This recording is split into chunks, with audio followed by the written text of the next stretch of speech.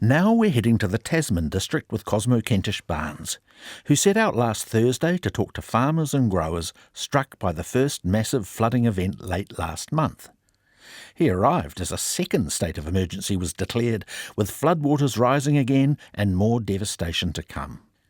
He first met up with Sandra Young, who was waiting for him in the rain beside one of her flood-flattened paddocks just off Motueka River West Bank Road.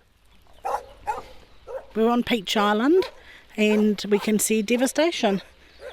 No fences hardly, horses' house is gone. Just the after effects of the last flood, which is meant to be a 150-year flood. And we've got another heavy rain warning for tonight and tomorrow.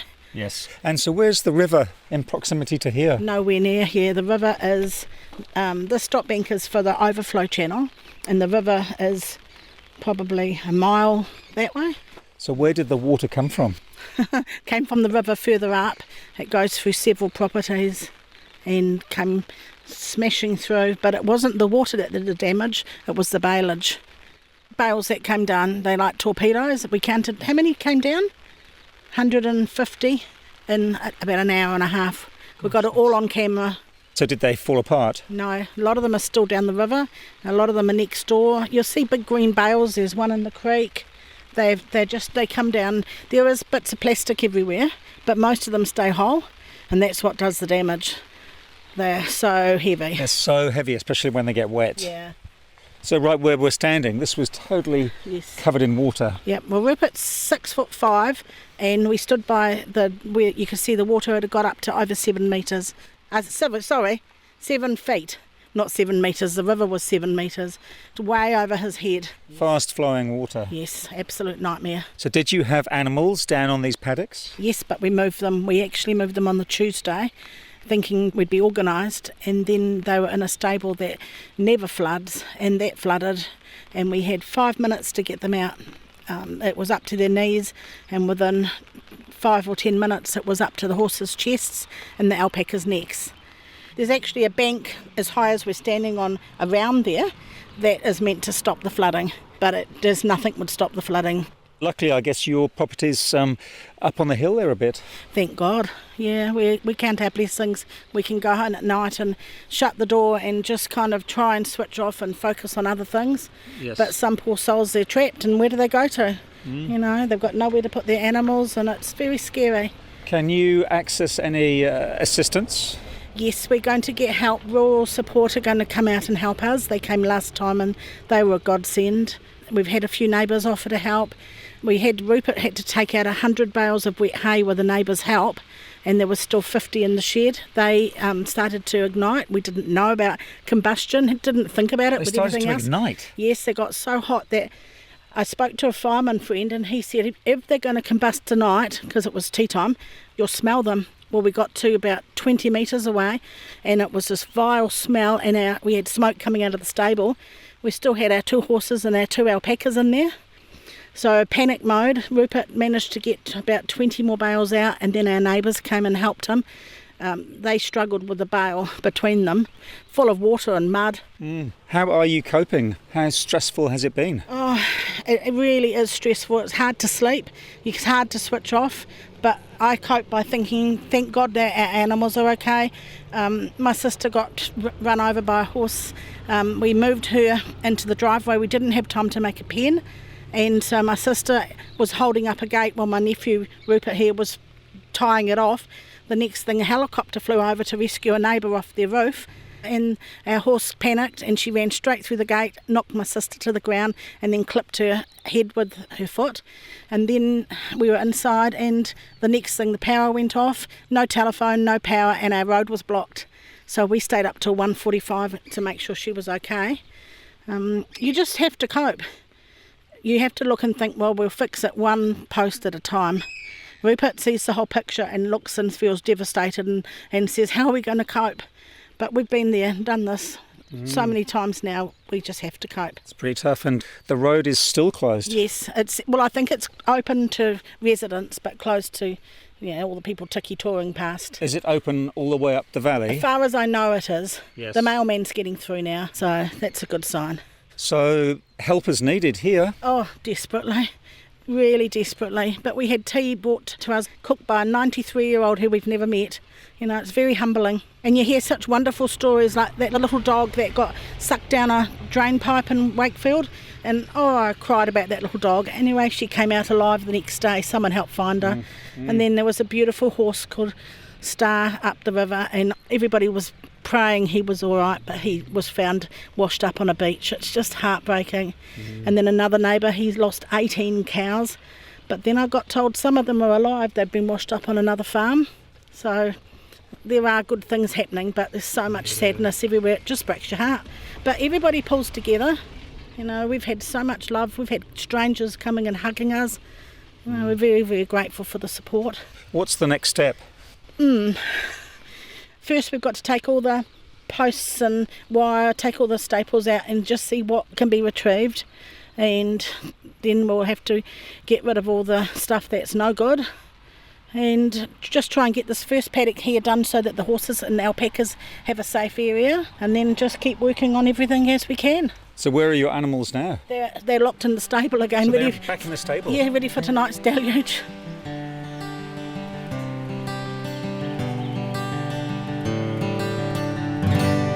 A flood-hit farm about 15 minutes from Sandra's property is my next destination. My name's Jacob Lucas. I work for Nelson Marlborough Fish and Game, and we're in the middle to lower Motueka Valley on the West Bank Road. And this is a great fishing beat, so a lot of anglers like to come through this property to access the river. It's like a bomb site here. Yeah, this is just one farm of many that have been hit by this flood. This is sort of a representative of a Mott Valley farm. Just they're not really huge properties, but they run stock, and you'll see all the kiwi fruit orchards here damaged as well, because there's quite a few orchards in the Mott Valley as well. So a lot of them have been hit hard, and quite a few houses that have had water running through them too. Yes, and you've organised a group of local anglers to come here and help with the initial clean-up. That's right, yes. So it's just their way to give back, help out farmers. Some of the places, for example, this one we're on Vicky's, they've been providing generous access for decades, and this is just a one way that the anglers can help them out. So what did it look like when you first got here with the volunteers? Yeah, so the waters had subsided, thankfully, and it was just a case of trying to get the farm operational again. There's a lot of the fences have been completely flattened, there's debris all through them, and it's just trying to remove some of the debris, clean up the wire. At times it was just removing all the wire, and they're going to have to start again. And that's just one of the things that the group does, and many other groups that's helping out here. There's lots of other volunteer groups like the Student Army doing a fantastic job. There's been a fantastic community buy-in since the event, either helping out people that have had their houses flooded or on farms to get them back operational again. This is going to take weeks and weeks of hard work to get these farms back operational. And so basically where we are now, between the river and the steep hills there, which are covered in pine plantations, would have been covered in water. Yeah, so you can sort of see the deer fencing down here, which is 6 foot high, and the debris is right up to the top. And down the bottom of the property here, there's 8 foot high of just debris. So anywhere flat was pretty much a lake and had moving water through it. Yep, a lot of water. Yep, and people were scrambling. It did come up really quickly. Some people wouldn't have been able to get stock out in time. That's right. There was stock that were caught in the river and the current. They couldn't get them out. Yeah, and of course there's just the damage to people's houses. I turned up to a house on Sunday, and there was probably 20 people working around it, just helping out the people involved, affected, and they'd been there the whole week. So it's just so fantastic to see that. Everyone's mucking in. Yep, the whole community's got behind it, and it's just the start of a long road to recovery. Now we've just jumped into Jacob's ute, and we're heading down the very muddy and wet track towards the river to have a look. So this is the Motueka here. Yeah, you can see some of the big piles of debris that have already been heaped up. They're ready to be burned. So we're just coming up to Red Stickard House now on your left. So we were just sort of working here, just clearing all the boundary fence. So the key is just trying to get that boundary fence back up and running for Vicky. And I think there's another, the Student Volunteer Army might be turning up in the next few days. The river's still quite high. Yeah, it's down to about 120 cubics. Was about 2,700 in the peak of the flood. I guess people will be looking in the future to things like stop banks to stop this from happening again. Yeah. I mean, luckily the Motueka Township stop banks had just been upgraded by the council, and they did a fantastic job with that just in the nick of time, and they did their job. driving up now to where there's a lot of silt. It's totally covered all the grass. Yeah. It's rainy and starting to get dark here, so it's becoming quite hard to see. Yep.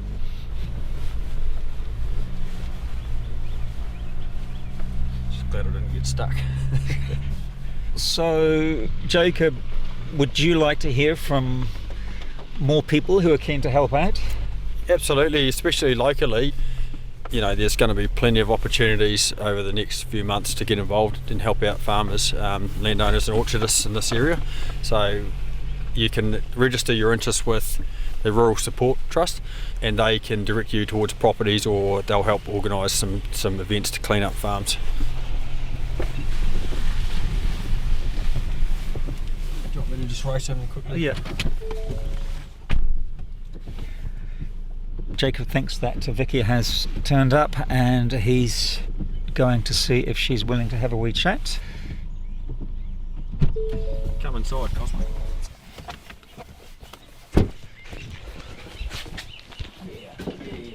Come in. Yep. This is Cosmo. Hi, Cosmo. Hi Vicky, how you doing?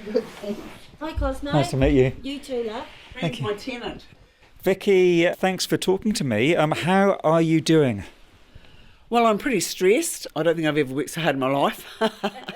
So my insurance only covers me basically for house and contents and 80 metres from my drive. So my culvert's not covered, my repasturing's not covered, and the fencing. It costs $25 a metre to do a farm fence. So every 4 metres is $100, every 40 metres is $1,000. And as you can imagine, I'm sort of about 3 kilometres down on fencing. That's a lot of money Yeah, to shell out for new fencing. Yeah, but it is what it is. And your house here that we're in survived, okay? Yeah, 2-storey block.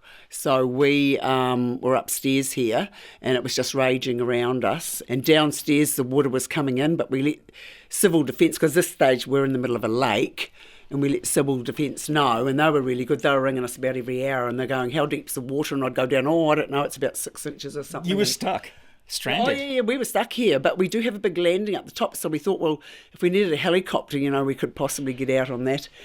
But and then he said, how deep's it now? And we said, I said, God, I went down to my 90 and it was over my knees. I went, it's over my knees. And And kept on rising. Yeah. And then eventually he said, what's it like now? So it was up to my 3rd step to get downstairs here, and I could see my tarmac getting all ripped up and rippled around me, and my neighbour's bailage just popping along and bouncing over my fences, and troughs just spinning upside down, concrete troughs. We saw some out in the paddock. Yeah. But I did ask Civil Defence when they would come and get us, at what stage, and the lady said whether she was joking or not, I wasn't quite sure, but she said, well, when the water got to the top of the bottom storey, like at the ceiling. So I'm thinking, I'll be really scared by then. Yeah. And there's a batch on this property, and that was built in 1928, and it's never had the water through it, and it's the red stickered property. Is that the one we went past, Jacob? Yep. That's pretty badly damaged. Yeah, well, it's moved off its piles, and inside it's like 8 inches of silt, and everything's all, the door's closed now, and it just stinks. So I've got my tenant, currently my new flatmate. So, Fran, when did you realise you had to get out of your cottage down towards the river? Only when Vicky was knocking at my door in the dark, calling my name. Come on, Fran, we've got to go. You're coming up to the house with me. And I got very ill with it as well. So I've actually just come out of hospital only yesterday. I think it was the shock, and I was recovering anyway from an illness, and then it just set me off again. Mm. Yeah, love, yeah. How are your stress levels? They're calming down now. Like, I was frightened, like when I went back to the batch and walked in, and I really did let out a big loud scream, because I got stuck in the mud with my gumboots inside my kitchen, and I'd only just really moved in, only a matter of a few weeks ago, and just got everything nice and ready to just enjoy a bit of life now. And yeah, it was all gone. But Vicky's taken the best care of me, and having to make allowances for that when she has so much herself that she has obviously lost. She's lost cattle, she's lost chooks, getting the rubbish out of her farm, and Yes, so she's allowing me to sit up here and watch the action. What's next for you, Fran? Move on, but move into something definitely now more safer and secure for me. So that's my plan, yes. Well, I hope things go well for you and get well soon. Thank you so much. Will do. Okay, nice to meet you. See you, Becky. Thanks so much. Bye.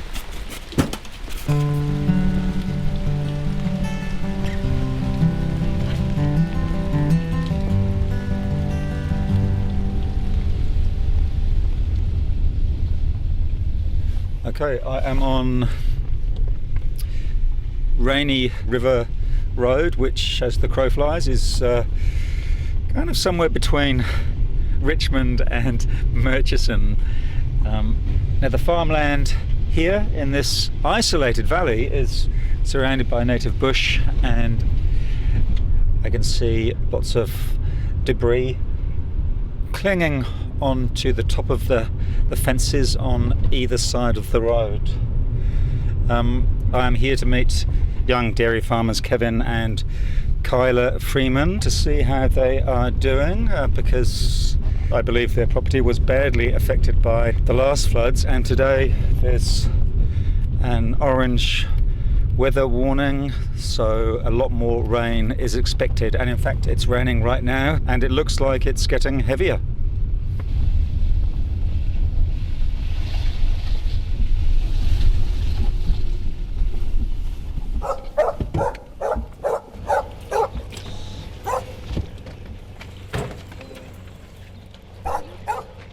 I'm Kevin Freeman, and we are up the top end of the Motueka catchment, dairy farming, a couple of small dairy farms, and we have a river that runs through our place, namely the Rainy River, and in the flood event it got the highest I've ever seen and my family's ever seen, and we've been in the valley for close to 30 years, and it's sustained a reasonable amount of damage, flowing gravel, trees, debris across productive pasture, taking out fences, and a bridge that has been repaired with a lot of digger work.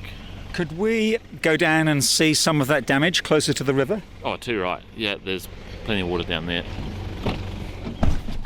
Oh, sorry, Matt. I'll put it back up for you, okay? Now we're heading down a steep track towards the Rainy River now, and we can see how high it was. In fact, it covered the whole valley floor. About 200 to 300 metres wide, and this here was flowing at probably close to 5 metres deep across that part. I'll just show Cosmo here a video of how high the water was on the bridge, and then as we drive across the bridge he'll have probably a greater appreciation of how that looks. Oh my gosh, a huge body of water going right to the top of the bridge. Yeah, so there was less than 500 mil of clearance, and it had taken out the abutment of the bridge, so that's the ramp up on the other side per se. And yeah, we've put in just over 200 tonne of large quarry rock. Yeah, we had a couple of diggers here and a dump truck to move and replace that rock. How hard was it to get a digger and a truck so quickly? Definitely had to pull some strings. But this is all on our cost basis. Something that probably a lot of people don't realise is we are so far up the river that council funding stops probably about 10k short of us.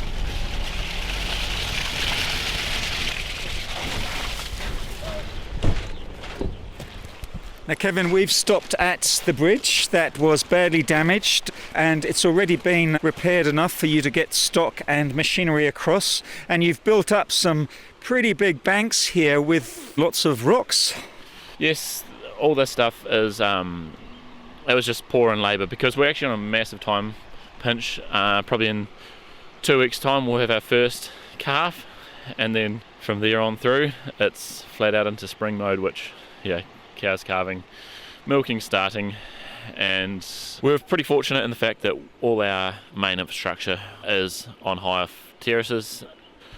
I suppose another blessing for us is that all our cows are off farm currently, so they're down on another It's actually my parents' support block, and knowing that the weather was coming, there was cows moved to higher pasture, but we did lose probably another 6 hectares of grazing land that we cannot graze, which you definitely need for springtime, because the shoulders of the season are your time where you need all your pasture. And unfortunately, the paddocks on the other side of this river are badly damaged, aren't they?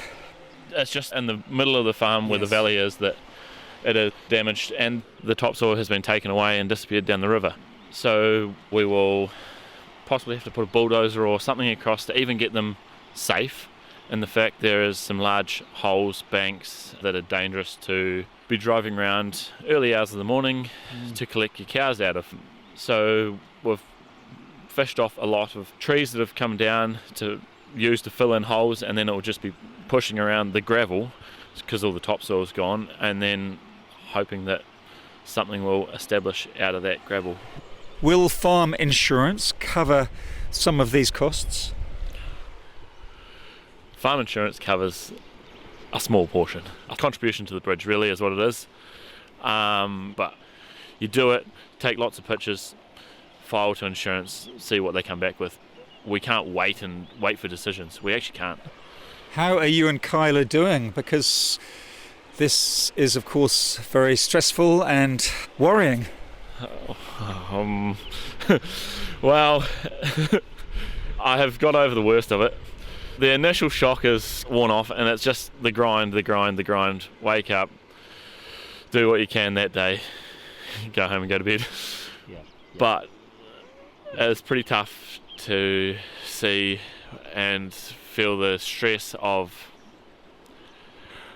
it's going to massively impact our business. It's going to cost the business a lot of money, I guess. Yeah, it'll be triple figures.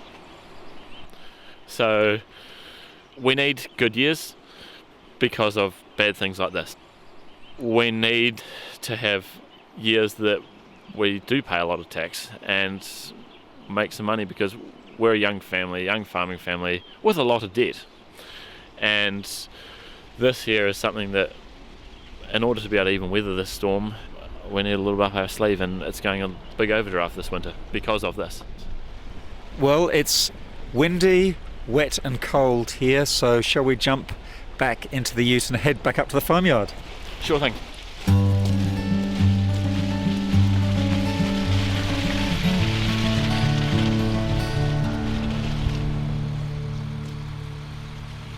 Hello. I'm Cosmo. Andrew. Local volunteer firefighters Andrew and Laura Fry and Andrew's dad Kevin have a farm and an agricultural contracting business on the west bank of the Motupeko River. So we're at 389 Kaharu-Kawatiri Highway, and we're expecting 80 odd mils in the next day or so, so it's a bit nerve-wracking. You had quite a lot of damage from the first flood here, didn't you? Yes, so we've probably lost 2 hectares of land, and I'd say another 3 at least that's scoured that we can't use for the coming season. Yes, and the yard here looks like a lake in and out of the buildings. Yes, so we've had probably over 100 mil through all our sheds, silt and everything else that comes with the river, so we've only managed, it's taken us 3 days to clean this shed up to the state it's in, and there's a lot more to be done everywhere, no matter where you look at the moment. And you've lost a combine harvester? Potentially, I'm picking it's gone. We're trying to use it, but it's not happy about life. So we've got a stock bank gone on another property, and it's going to be quite a bit to be done. The combine harvester and a tractor were 1.5 metres underwater at least. Yeah, the tractor would have been 1.5 metres. The combine's a good 2 metres. Been nearly a foot through the cab of it, and it's not a small machine. How are you holding up? A lot better now. The first few days after all this, we were pretty down in the dumps. Father was pretty down in the dumps, I'd say, as well. I guess you work your whole life towards doing something, and a 2-day event like this has pretty much touched every property that we're connected to in one way or another. Yes. How far is the river from where we are standing now? It would be about 500 metres, I'm picking. And all the land between the river and here was covered in water. Yeah, correct. So the whole river changed its direction for our yard. I see we've had a few Facebook posts my wife put up and people were commenting about we've been in a floodplain. Well, it wasn't a floodplain. Well, it was hundreds of years ago, but it's never had water where we had water a couple of weeks ago. And it's unloaded everything on the property. We've lost all the willow, so all the filtering's gone. So that, yeah, as you can see, there's just debris. There's everything out there, cactuses, bricks, trees, containers, plastic. It's amazing how much has come down the river. What do you farm here on the land? We do mainly maize grain. We do a little bit of lucerne. We do maize all through the Mott Valley, so I think we had 63 hectares of maize grain to harvest this year, and we've just finished. I guess you've lost some very fertile cropping paddocks along the river. Yeah, I don't know what to do out there at this stage. You know, we're very passionate about the soil. Spent years and years doing everything we can to protect it and, you know, look after it, and then, yeah, just basically one day or a good afternoon and it's all gone. Now you've got a hop garden here. Tell me about that. So we grow hops as well. Was the hop grower of the year last year. I don't think we'll get that title again for the way the garden is, but we've got 11, not quite 11 hectares of hops, so it's quite a good little spot down there, but that's copped a fair bit of the debris too, so I'm not expecting to grow hops this year. We just don't have the funds to be doing everything at once, so unfortunately some things are going to have to wait. How would you describe the hop garden now? What does it look like? Structurally it's not too bad. There's only a handful of bits and pieces fallen over, but it's the plants, because there's 3,030 plants in our garden per hectare, so every plant has a wire hook for the stringing and every hook has something caught on it. So if it's grass or if it's sticks or if it's, and then a lot of the plants are buried in silt, so it's going to be quite a chore to get that back to a state we can even drive a tractor around in there. Is there any way you can protect this property here from flooding? Are you going to build a bank? What will you do to stop this happening again? Well, at the moment we're in defensive mode, so we have still got gear on the edges of the river, trying to shift beaches a little bit, give us capacity. So we're just trying to defend the land we've got. Going forward, I'm not sure what we'll be doing. It's never been an issue flooding at this end of the farm before, so if we can sort of get the river widened at the top, which we have done already, give it more capacity, I think we should be fine. And during the weather event, did you have to help a lot of people as a volunteer firefighter? It wasn't too bad in the end, but yeah, just vehicles mainly in water, getting themselves into silly situations and not giving enough respect to the power of water. You know, it's very powerful. We got evacuated in our house in the Tapawera township, so it was coming down the main street in Tapawera, the water, and so yeah, there was lots of battles on multiple fronts, and we didn't realise how bad the farm was suffering because we were occupied doing that job. But a lot of people were letting me know they were checking on Dad and stuff on his own. So. Now, Kevin, you were marooned on this farm for a few days. A couple of days, yeah. Or it might have been, 3 roughly, yeah. How are your stress levels? How are you feeling? Not too bad now. It's a bit hard to take for the first 3 or 4 days, yeah. And you ended up in hospital? Yeah, I think mainly because my blood sugar levels got a bit high, but probably because I was eating all the wrong things because of the stress, I guess. So. Yep. And Andrew was saying that you've managed to save a big John Deere tractor. How did you get it out of the paddock before it was totally immersed in water? Well, very lucky a neighbour next door leases a bit of land, and he called Andrew and said it was there, and he got it out for us. And I'd like to say a special big thank you, because that tractor's $400,000 worth saved, so great. How did he get to it? It was in water, would have been up to his chest at least. Water was just up underneath the rims on the back wheels. It was almost over the front wheels. So right up to where the motor is? Yes, definitely, yeah. There was water coming out off the fan when he started it, How apparently. amazing he was able to do that and start And the when I motor was up. down there the other day and saw where he went and the height of the water, he would have been taking quite a risk. And we're very thankful for that. What can you see happening over the next few weeks and months here? Just trying to clean up so we can function on the land again and try and sort out how and when and how it's going to get paid for. That's going to be a big issue for quite some time, I'd imagine. So. Yeah, we don't have a 100% number on it, but long term with the projects with the stop bank and whatever other river work we've got to do and potentially replacing some machinery, insurance will cop up for some, but yes, we're just going to have to pick our battles and do what we need to do first, and some things may take years to get done. We just have to chip away at it as we can afford it. And it sounds like there's been lots of community support. Everyone's come together. It's about the only good thing out of the whole situation, to be fair. It's been amazing how many people have helped out or offered things or actually delivered things and done things. Now, Laura, you've been checking on the sheep? Yeah, there's some sheep that we've had in the Lucerne paddock there, but one of them's just broken the brake, so I just chase them back down off, because otherwise if they come up into the yard, they'll get out onto the road. But yeah, there was a little downpour while I was out there. Yeah, it's getting heavier, isn't it? Yeah, the quad bike was struggling in a couple of places. And how are you doing? I'm alright.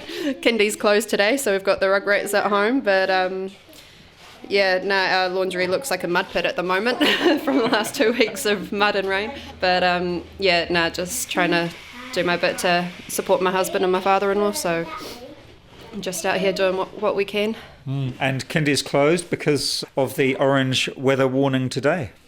Yeah, well they're expecting this one to be on par with the one that happened 2 weeks ago, and that meant that there was a bit of a river kind of running through the back of the kindy and washed away a lot of the bark and whatnot out of the playground. And some of the teachers actually work here from afar, so they have to come to and leave to get home again, so they're concerned that they wouldn't be able to get home today, so they've decided to call it and close it for today. Are you expecting to be called out later on today as a volunteer firefighter? We are expecting to need to be there for some evacuations, but hopefully people are learnt from the last one and stay safe and stay away from the rivers, so yeah, that would be a big bonus for us if we don't have to deal with those. Now, you've just checked your phone and the weather warning has gone from orange to red. Yes, I've just checked with this lovely network of ladies called the Rural Mums Group, and it's a local group that we all kind of stick together and help each other out. And I see they've just posted on there from the Met Service that we've gone from a orange to a red warning. So what does that mean? So for us, that means that we will start mobilising our babysitters and just making sure that everything at home is all up above floor level as much as we can, and hope for the best now.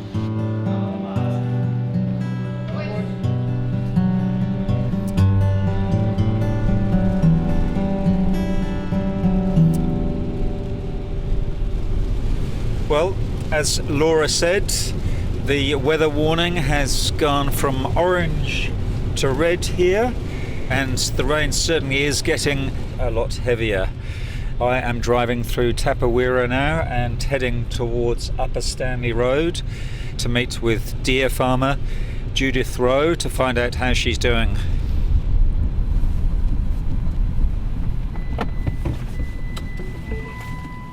You have arrived.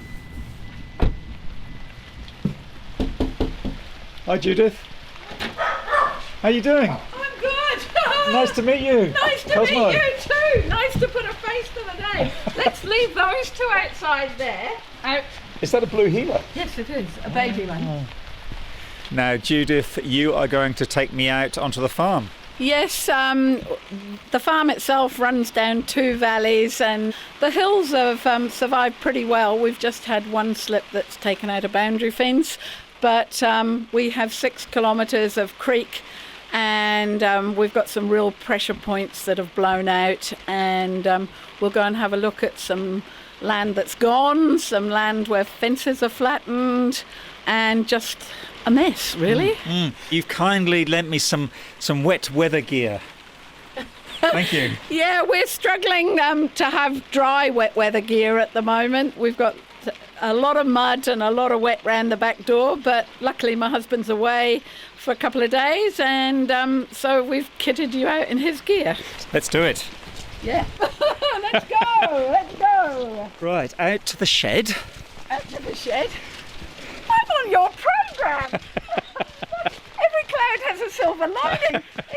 I lie in bed and we listen to you. How do I open so you that? Twist that. Oh, cool. Thank you. And hop in here. Into the side-by-side and... Hello. This is Rosie. Rosie thinks that one of my microphones, which has a windshield on it, is a little baby rabbit. Where are we going? We're going over here. So in weather like this, you're out on the farm quite a bit. Yes, it means you've got to shift all the animals twice because of the way we farm, and during the winter we're break feeding animals and we're supplementary feeding deer. So we're just going over to a large block of QE2 to see the beautiful fence that had been erected and is now flat on the ground. I'm pleased I wear glasses because the rain is hitting our faces quite hard, isn't it? Yes, it is. Now we'll have to just be careful here because the river's obviously coming up.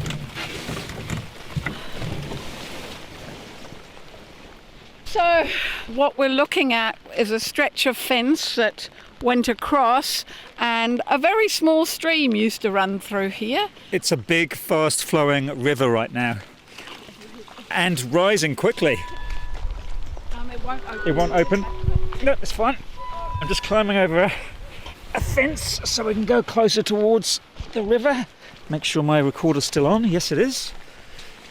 Sloshing through the mud. So as you can see, this is typical of how deer fencing gets washed out in a flood. And we've got debris, whether it be willow, grass, residue from forestry, there's all sorts gets caught, and just the weight takes the fence out. Now this is a whole stretch of deer fence which is at least 2 metres high, and it's come completely out of the ground, including all the posts. And the creek, which normally is about a couple of metres wide maximum, and in summer it's an ephemeral stream, so it's totally under the ground. It was probably 75 metres in that direction, and now it's changed course. It's coming through in two streams, and we've got gravel build up, and some of that is within 6 inches of the top of the deer fences on the other side. Gosh, and that just shows how high the water has been and might well reach again by the end of today. Yeah, it's coming up pretty quickly. It's changed dramatically since first thing this morning, and we just got to stay away from here.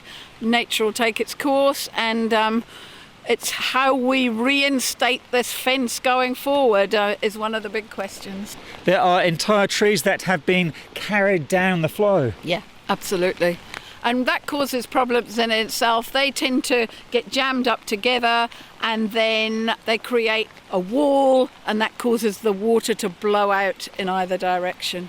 How many kilometres of fencing has been damaged on your farm? Oh, it would be hard to put a figure on it. And when we say damage, you've got some that's been destroyed altogether, some that's recoverable, several kilometres in different areas around the farm. Several kilometres of repairing is a lot of work and money. Yeah, there's going to be there's a lot of work just getting debris out of fences and standing them back up. The trick will be to look at the pressure points and where do we have to do things differently going forward. The silt just near us is up to 2 metres deep.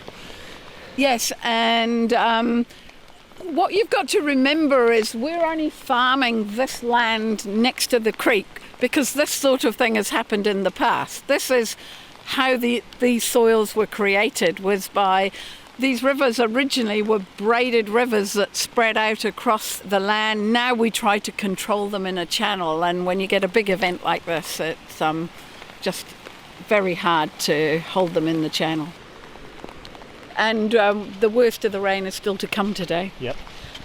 And a lot of the issue is not the rain that you're actually having here, but it's the rain that's happening further up in the catchment. Yeah, fingers crossed.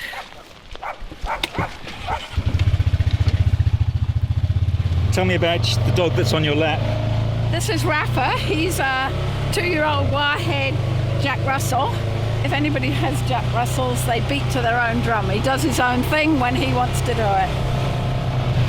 Now we've come into another paddock and we're heading down towards a creek. So all of this bottom fence line was full of debris all round. We've cleared all this already, and this is the gate that was washed out, and we're missing fencing all around the bottom of this paddock. And you can see the force of how the water's cut through here, created holes. It's a mess, really, isn't it? Let's get out and have a look. And we've tidied this bit up so far.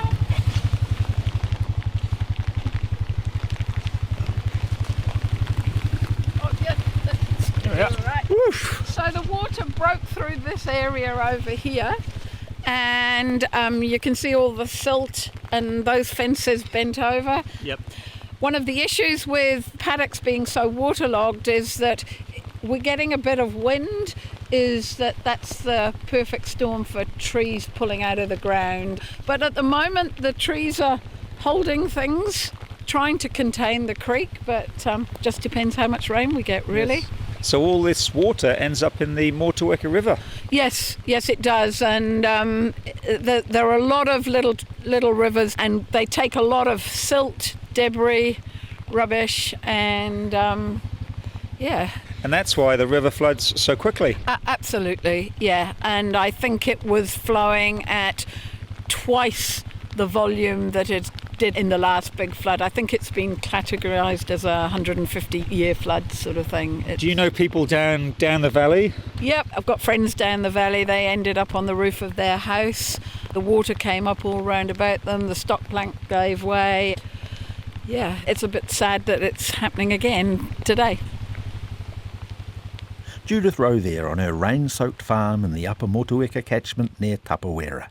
That story produced by Cosmo Kentish-Barnes, who just managed to get home to Christchurch before the flooding got worse and roads were closed. Cosmo was also chatting with Kevin Freeman, Vicky Adnams, her tenant Fran, whose home was red-stickered, Jacob Lucas, Andrew Laura and Kevin Fry, and Sandra Young, who said the flooding that peaked at midnight on her lower Motueka Valley property was even worse than 2 weeks ago. Country Life hopes to head back to the area again in future to check in.